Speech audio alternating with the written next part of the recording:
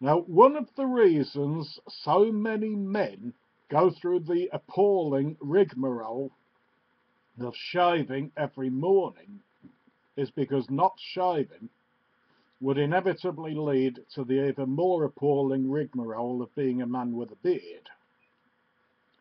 Because shaving is not one of life's most uplifting activities, some men don't bother for a couple of days and go for the stubble look.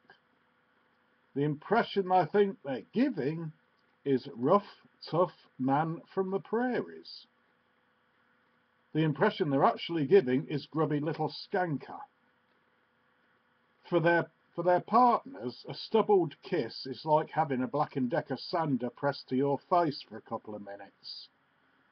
There are now all sorts of gels, oils and creams available to help you shave. Oils are good because you can see where you're going, but they're also very slippery, and before you know it, your ear will be quietly bleeding on the floor. Creamy lathers applied by badger bristle brushes are great for doing it like your father did it. But there's one species who should be keeping their bristles. It's badgers. Gels are good because they go a long way, generally over nearby curtains as they tend to be highly pressurized. Why anyone ever used a cutthroat razor is an absolute mystery. It's like driving a hit tree car or wearing a make baby condom. Disposable razors are so called because they take up a large proportion of your disposable income. These razors have 2, 3 or even 4 blades on the same head and aim to cut so close you actually expose your jawbone.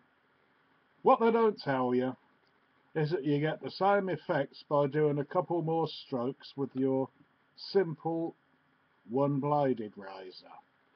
To keep the skin taut when shaving, you have to pull a range of faces, any one of which would have got you a thick ear if you'd have pulled them as a child. Men are always slightly disappointed by how few shaves they get from an average razor. The first shave is fantastic, but the next one feels like a rusty hacksaw blade. What has happened the interim is that your beloved has shaved both legs with it, which in shaving terms is the equivalent of deforesting the Amazon.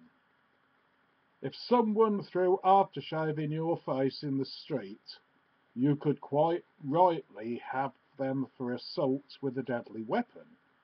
Yet up and down the country, bathrooms are full of the screams of agony of men splashing raw alcohol onto their tender, bleeding faces.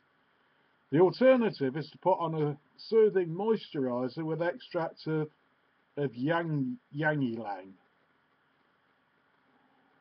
But if you're going to undermine your manhood to that extent, then you might just as well grow a beard.